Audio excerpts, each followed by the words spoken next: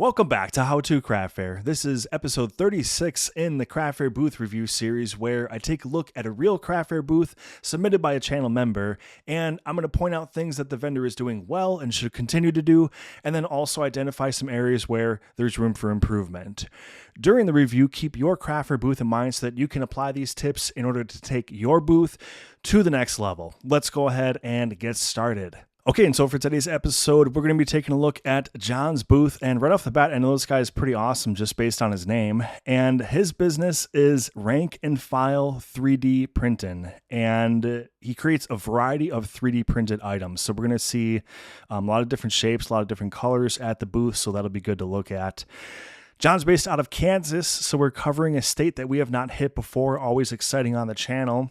If you have a booth in one of these states that is white, please reach out to me. Would love to cover some additional states and, of course, different countries. So that's always great too. But without further ado, let's go ahead and take a look at the booth. All right, so this is our first look at the booth, and it appears to be a 10 by 10, kind of in a U shape. And we have 4 different pictures providing us with 4 different views of the booth, so I'll kind of just utilize those as we move along.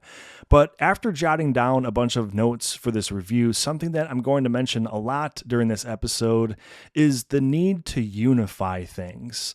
So I think that there's some good things happening here at the booth, but now we need to work on making these ideas cohesive and feeling unified. So let's go ahead and talk about our first topic, which is displays. So we're going to sort of move from left to right, all right? And the first thing that we see here on the left-hand side is this tree with some 3D printed ornaments. And I think that I'd prefer to see a tree without the frosted snow look, simply because a plain green evergreen would provide for a more consistent backdrop for the ornaments to hang, which will put more attention on the products rather than the display itself. Okay, so you can see the frosted look is making it look green and white, like a few different colors there. I think just a plain green would look nice here because it's just going to put a little bit more attention on those items. So that's the first thing that I noticed there. And as we move along, I'm going to zoom in just a little bit here. There we go. Okay, so we can take a look at this table right here, and one of the things to consider improving is getting some sort of risers or shelves that would create a bit of height and depth at the booth. When all the products at the booth are placed directly on the table, the visitors of the show are really only getting a good look at the front line of the items. And a lot of products are sort of hidden behind that front line. So you never really want to make it difficult for shoppers to see all of your designs. Make sure you are offering staggered heights of products so that there's a good sense of depth at the booth and to provide visitors with that opportunity to see more designs of your products. Okay, so that's just one thing I noticed in this section right here is that there's a really nice variety of items, the trees, the vases, looks like a coaster set over here. We have kind of like the yarn holders, so your yarn doesn't roll away. A lot of wide variety here in the designs and the colors and the shapes, but again, so many of the designs are sort of hidden behind the front line of the items, and you're really not going to see a lot of that detail unless you're standing very close to the table. So for the people that are kind of passing by in the aisle, you're not really doing yourself any favors by having a lot of those designs hidden, okay? So risers right here, I think, would help you quite a bit. I think that's just going to take the booth to the next level. So then at this middle table here, I'm going to start to kind of peek around at some different views because that one's hidden. So on this second view, we see the right side, the right hand table. And this is where we see a lot of the more eccentric items. And again, we see some risers here getting those products elevated, so that's good over here, but that's really the only spot where there's any kind of depth or height variations, okay? So this is just another thing to kind of work on at the booth to give yourself more of a chance to be noticed. Right here, there's one in the front, but I would like to see that maybe placed in the back and then go up higher. So have multiple levels of this, maybe like three, four, 5 different levels to really start staggering it up high. Now, for me, one highlight of the display segment here at the booth is this outward facing display. The first thing that I want to mention about it is that think of your craft fair booth in a retail format. Okay, so when you're going through a store, even like a grocery store, a lot of times what they'll have is end caps. And yes, there's aisles that you can go up and down, but there's always some sort of end cap that basically gives you like a glimpse of what might be down that aisle. And a lot of times it's some sort of featured product. It might be something really interesting, or maybe it's like an item that's on sale. You can do that with your craft fair booth as well in order to attract people's attention who might be passing by. So this display right here, it's doing a really good job of that because first of all, there's a lot of different types of products that are featured in different areas of your booth. So right here, we kind of see these, I don't know if it's like a lotus flower set right here, a coaster set, but we see this item located on this table. But then all over here, we see the yarn holder bowl right here that was located on a completely different table. So this display is doing a really good job of serving a lot of different purposes. It's showcasing several key items at the booth. It's outwardly facing to attract attention, and it's also providing the best height that exists at the entire booth. Okay, so this one display is probably the best thing going on with displays at the booth. So I wouldn't change much here. Just fill it out, make sure that you're using all the levels. And yeah, otherwise, good job with this particular item here. Okay, so basically to summarize displays here, I think that you're doing an okay job of getting things started. The tree was nice. I like that for hanging the ornaments, to be able to paint the visual of how the product is supposed to be used. So that's one important thing to consider with displays is, can you showcase the item at the fair in the way it's meant to be used? And with having the mini tree and the ornament, that's fantastic because that really paints a picture for people and how they can use it in their house, So that part is great. But then for the rest of the booth, yeah, like I said, go ahead and start building out some displays, especially staggered ones with some height variations, and you can really start to showcase these products better.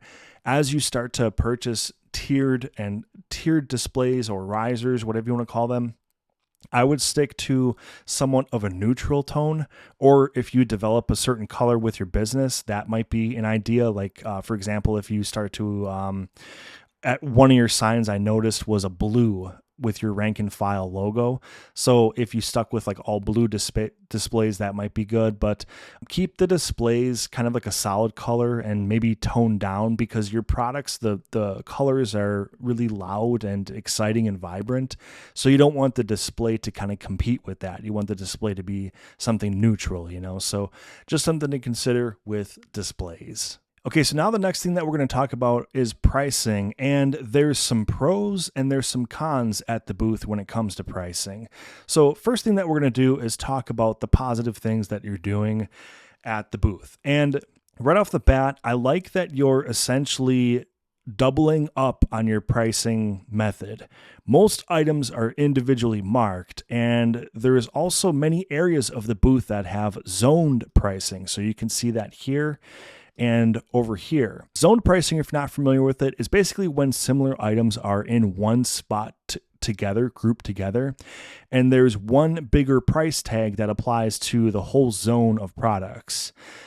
By utilizing both of these pricing methods, it makes it very clear to shoppers what something will cost. So again, that's a positive note of your pricing execution at the booth. Okay, on the flip side, I do think your execution of pricing could be a little bit better as far as just the general quality and presentation. Currently, most items are marked using plain white stickers, and the zoned price tags are also just plain white strips of paper. This is a big opportunity to level up your booth by having your business branding incorporated into your tags. This is where you'll want to have your brand's colors, your fonts, and maybe even your logo figured out ahead of time so that you can make your tags stylized to match your business's theme. It also presents an opportunity to add in a web address or a QR code. Some vendors will actually even add SKU numbers to their price tags so that they can be scanned at checkout. This is not only going to streamline the checkout process, but it'll actually greatly enhance your ability to track sales trends, what's hot, what's not, and make adjustments to your inventory needs moving forward. So while pricing and price tags might not seem like that big of a deal, it can have a ripple effect on your business and open up some big opportunities to level up your booth. Yes, it does require a bit of an investment of time and energy, but these are the kinds of improvements that will begin to set you apart from the vendors with average looking booths. All right, so to follow up on what was said during the pricing segment, your current signage in general is presenting you with a big opportunity to level up the booth. Signage is one of the ways that a vendor can make a booth feel cohesive and connected, even if they are featuring a wide variety of products at their booth. And that's really important for booths that have 3D printed items. I'd recommend rolling out signage that is uniform throughout the whole booth. So for example, if we take a look at this blue sign right here, this is sort of like your marketing sign because it has your business name, your business logo, and it's really not serving any other purpose besides that. So this is a marketing sign, okay? And it's blue and with black ink. Then when we start to go around the booth, we have like a pricing sign over here that's just a white sheet of paper. Okay, and then we can take a look for other signage. This is just another alternate angle, or I'm sorry, this is a second copy of the pricing sign because you can see the other one over here in the right-hand corner. So if you get your sign looking unified, maybe put it all on blue paper with black ink. Just make it uniform, and then you can start to kind of build out some consistency and cohesiveness throughout the whole booth by doing that. It's one of the easier ways to level up a booth on a budget. You don't really have to invest a lot of money into it, and it can just start to tie things together. So that's definitely one of the opportunities that I would look for moving forward. You're going to want to put some deep thought into what your signage is going to look like. So if you like the blue, then you can, stick with that. But this is where you want to incorporate your business's branding. So think about the colors, think about even the fonts that are being used, or even the shape of the signage itself. So I noticed that the logo is sort of like this diamond shape. Maybe it'd be kind of cool and unique if you had your signage in that shape everywhere throughout the booth, and that could sort of just establish like this memorable thing that people see at your booth that is different from what other vendors are doing. So basically, this just comes down to making sure that the signage feels uniform and then just trying to elevate the way that they're currently being displayed. And that's one way that you can make the booth feel a little bit more uniform. Okay, so now we're going to talk about marketing. And the first thing I'd like to mention is that with communication between myself and John, I did notice that currently he's only on Twitter or X, whatever it's called these days, for social media. So it's somewhat of a strange choice for social media platforms, as there's a lot of other options out there that are going to be much easier to gain a following on. So especially with something that you create in the 3D printing scope, because what you're doing is so visual focused, so for visual social media platforms, we kind of think of like Instagram, or maybe even like a Facebook page, or even something like TikTok, where you showcase these creative works visually a lot better than you can on Twitter or X, So that's just something to kind of consider moving forward as you branch out and start to take on a little bit more when it comes to social media. But by all means, do it at your own pace and what you're comfortable with, because these are one of those back-end duties that it does require a lot of time away from actually creating works. You know what I mean? So only bite off what you can chew and what you're willing to tackle when it comes to the time that you spend on social media and building all that stuff up, because, it can bring on feelings of burnout and all that fun stuff. So just something to think about. The business name itself. One thing I wanted to kind of touch on is the business name itself. So I'm going to come back to this sign right here. All right. And I'm going to zoom in a little bit so we can see this if you're watching on a phone or whatever. And I just want to say that the business name always needs to be presented in the same manner across all platforms and areas. So on your blue sign, the business name is listed as Rank and File 3D Printin, and the and is the ampersand. And then on your Venmo payment sign, in a different spot at the booth, it's listed as Rank and File space 3, and there might be other words there, but it's in a completely different format. So this is one of those things that you want to start to kind of make it as consistent as possible. And then even your email address, to me, when we were talking back and forth, there wasn't a business affiliation. It was a personal email address. So this is another thing that you can kind of incorporate that starts to just really hone all of these aspects of the business in and make it as consistent as possible. So basically, you want to try to just make these as unified as possible so that there's consistency established with your branding. And then while we're touching on the marketing segment, one thing that I would definitely consider doing is adding the phrase veteran owned to your marketing strategy. So maybe on your business cards or your signage, even things like your social media accounts or your Etsy page. There's a lot of people out there who really feel good about and actively seek out the ability to support veteran-owned businesses. So this could be something nice to add into the marketing or the branding moving forward that might help you out and give people another reason to come stop at your booth and check out your work and come say hello, So just one more wrinkle in the marketing strategy that we can mention during the booth review that could help you out moving forward. So just to kind of tie up the things that we talked about with marketing, we just talked about incorporating this into your signage possibly. We did talk about the business name and the email address, and then maybe even incorporating the phrase veteran owned into your marketing strategy.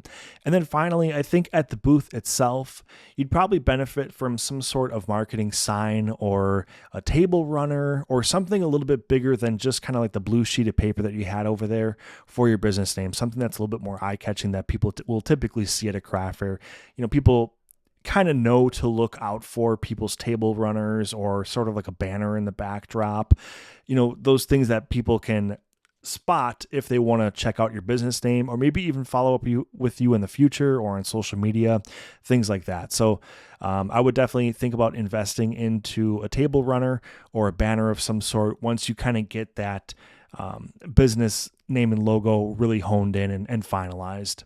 Finally, that's the spot where you want to also incorporate your branding font, your color, and then if you have a social media tag or a website, maybe you want to put like a QR code on the banner or something like that. Basically, give people a way for them to reach out to you. All right, so now we're going to talk about vertical space. And vertical space at the booth, it's okay. It's kind of hit and miss right now, but it's an opportunity for things to be worked on. Now, we did talk about some different things that you can do with displays in the first segment of this review. So now that in itself, just incorporating risers, maybe some wooden crates or some different things that you can do in order to get these products a little bit lifted up off the table. That in itself is going to help out quite a bit with your vertical space. Now, again, I do want to give you kudos for this display over here on the right side of the booth because this, again, is easily the best element of the booth for verticality, okay? So for that up and down vertical look. So if you're able to kind of bookend your booth with two of these, I think that would be really cool just to kind of have one on each end. It would kind of provide like a sense of balance at the booth as well by having this on each side. And it's sort of like a little bit of a showstopper display. It definitely attracts attention, and you can feature some large items on it. So up here, I know that you have the big item up here up top, okay? Now, at the booth, I did see one item in particular I think would look really cool on another one of these displays, and that is this guy right here in the background. This is a really big piece that I think is sort of like a showstopper that's going to draw some attention. So I think it'd be really cool to have this guy on another one of those vertical displays up front just to help pull people in and be like, whoa, that's really cool. Like, what else does this guy have? So just kind of consider that for a secondary taller display if you decide to go that route. Otherwise, vertical space, just keep, incorporating these little risers in where you can, and that's going to sort of break up the just sort of tabletop look that's currently occupying a little bit too much of the booth, okay? So like we touched on before, a little bit too much items sort of just sat down on the table. We can break that up pretty easily by incorporating some displays that's going to provide some verticality. All right, so the next element of the review that we're going to talk about is one of my favorites. It's colors, contrast, and texture. So we're going to talk about texture first. And the first thing that I kind of have to take you to task on is the tablecloth. There's a few reasons why. Mainly, it's a plastic disposable tablecloth. You're going to want to invest in some nice looking, ideally solid color tablecloths that will either stretch down to the feet of the table or a traditional tablecloth that hangs down to floor height. You should basically not see under the tables in any manner. So I'll kind of flip to a different angle here, and we can kind of see over here the tablecloths, they don't hang down nearly far enough, and you can see all the supplies and things like that underneath the tables. But if you want a festive look, because clearly this event took place during the holidays, right? You can find a lot of different reasonably priced runners that add a touch of flair if you like that on the booth. And the reason why I would suggest this over a full pattern tablecloth is if we flip back to the view over here, you can see with all of your multicolored items and the sort of busy background of the tablecloth, it kind of gets lost in there. You know, it's a little bit hard to focus on the items with the tablecloth stealing some of the attention.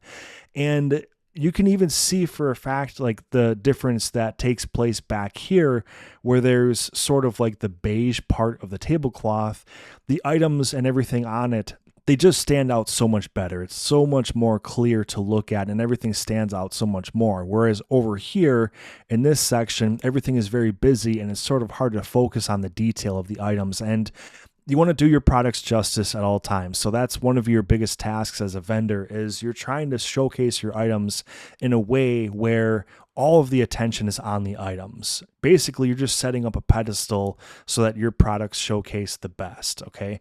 So you don't want people's attention on the cloth, you want their attention on your items, okay? So like I said, if you want something festive, you can have maybe like a string of lights. You can put some garland throughout your booth. Maybe you can even have things set up like on a bed of fake snow. There's a lot of different things that you can do that are much less distracting and sort of more natural looking while still making your booth feel sort of upscale and just refined. So another thing that we can talk about in this segment is contrast. Like I mentioned before, once you start buying some displays and maybe even some risers, one of the things that you want to keep in mind is contrast and the variation between light and dark. So for your bright items, let's zoom in a little bit over here because there's a really nice grouping of bright items in this section. This pack of items right here has really nice vibrant colors. So for this group of, especially these vases right here, these taller vases, I would have a very, very dark display. And then that way they'll show really well against a dark area. Whereas these items over here, say your trees, for example, these might showcase really well on some really light colored wooden crates. And the wood would be kind of like a nice double meaning or whatever you want to call it, where you have the trees and the wood, and that definitely, makes sense put together. But then the light colored display against the dark tree, that would show really well. So that's one of the things I just wanted to touch on during the contrast segment is that think about your light versus dark and how you're showcasing your items against dark colors and vice versa. Okay, so now we're going to talk about strength of theme. And generally with booths that are featuring 3D printed items, strength of theme is pretty good because the creators all generally stay within that realm of 3D printed items. Okay, so it's pretty easy to stay within that niche. Now, if you were to start adding things like out of left field, like, wooden items or jewelry or just kind of random odds and ends, that's where strength of theme kind of falls apart with 3D printing booths. But everything I see here and everything that's being presented, you're doing a really good job and things look great. It makes sense, everything that's being displayed, and nothing kind of catches you off guard. But yeah, from what I can tell with everything that's being shown, it makes sense. It's 3D printed items, and it's good to see that you're having fun with it too, that you're kind of pushing boundaries and going in a lot of different directions with 3D printing, but it's all staying within that. So you kind of have a little bit of something for everybody at the booth. There's a lot of items that are sort of more on the I don't know what you call it, like more masculine side. And then you have things that are a little bit more kind of lighthearted and things like that. And, stuff for kids and stuff for older people. And that's what you want to see. You want to see vendors that are sort of exploring the niche and the genre of crafts that they're in, but sort of, also staying within that. All right, so now the next thing that we're going to talk about is accessibility. When I mention accessibility at the booth, I kind of mean a few different things. The first thing is like literally being able to get in the booth as a visitor, check things out comfortably, and then also looking at it from a safety standpoint. Are there tripping hazards? Are there displays that are in danger of toppling over onto people? Things like that. So the first thing that we're going to talk about with accessibility here is the size of the booth and where you guys would be inside of the booth. So that's one thing that I'm not quite sure of, is where you guys are as the vendors in the booth. Like there's no dedicated checkout area. So sometimes booth will have a little bit of a checkout space, and that could be a standing room over here. Like say these vendors next door, I can kind of see them sitting off to the side. You guys might have been over here too, you know what I mean? But that's just not quite clear because I don't think the event started and you guys took this picture before the event began. So you just want to be sure that shoppers know where to approach you from and that you're giving as much room to the shoppers as possible. So from this angle right here, I realized that this was taken before the show and stuff like that. And, you guys were like standing in the booth, but that kind of takes up quite a bit of the area inside the booth. So just kind of think about that moving forward, like how you can create as much room for the shoppers as possible for an accessibility standpoint. Then as far as tripping hazards, you're doing a good job, because sometimes one of the things that you can look out for with vendors is maybe the tablecloths are too long and they kind of roll up on the floor and create a bit of a tripping hazard. That's obviously not an issue here, so nothing to worry about. You do have this bin down here for misprints, and it's kind of like an items as marked type of deal. It might be nice to kind of see it come up, and I know that you only have so much real estate to work with at a booth, so space is really valuable, you know what I mean? But this just kind of being down on the ground, people have to bend down and look at it. And maybe some people don't have great mobility and they're not able to, get down, or lighting is another issue. So lighting is not good down there and it might be hard to see items. So just for a few different reasons, it might be nice to kind of relocate this in the future. And then that way, there's a really wide open floor to people to walk through and stuff like that. But yeah, I don't really see any kind of major accessibility concerns with your guys' booth. I think you're doing a good job of keeping things clear for the shoppers and trying to create as much room as you can for their experience. All right, so now when we start talking about general use of space, I do think that it is worth considering getting a bigger booth for your items. You have a lot of items, and there's a lot of different varieties of products within each design. So there's a lot of different colors and textures within each item's design. Okay, so I could definitely see this expanding a little bit, and that's only going to create more room and breathability, I guess you'd say, for the shoppers. And as you start having fun and, designing more things and, stuff like that, it's just going to present you with more space at the booth. So I think branching out a little bit might not be a bad idea, just to have that extra room to work with. Other things to note with general use of space, we did talk about those displays to kind of get the items up off the table. I think that's going to basically just use the space in a better manner. So, try not to think that I just have to make my booth bigger and I have to keep expanding my booth. Think about how you're using the space that you already have, and that can kind of unlock some better ideas at the booth, So you can definitely build upward before you start building outward. So just use that as an opportunity as well. And then finally, one thing that we can talk about is the eye test. And the eye test is basically the 1 or 2 seconds that a shopper is walking past your booth, and what are you doing as a vendor to get them to stop and check your items out.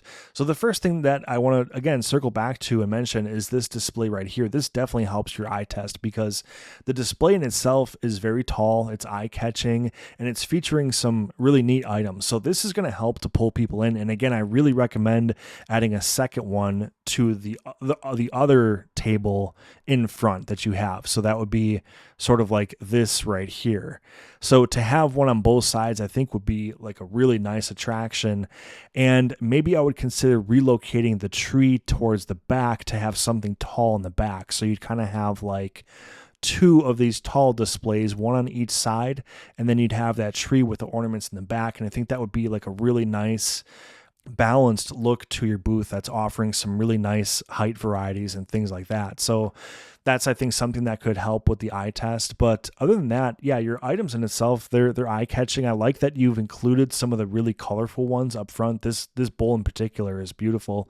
And those are the kind of decisions that are just going to help you moving forward with getting people to stop and come in to check out all the other things that you have to offer. So I hope that you were able to get some good value out of this booth review today. Like I said, I was kind of hard on you with a lot of things, but it's all about just identifying opportunities, and you're not going to be able to tackle all of it at once, but it's going to just help to get a second set of eyes on your booth to, again, identify those chances to grow, But again, this was booth review 36 in the series. And if you want to have your booth reviewed, be sure to reach out to me. My email is howtocraftfair@gmail.com. And if you enjoyed today's video, be sure to like, subscribe, and check out all the other videos on the channel. Thank you so much for watching, and have yourself a great day.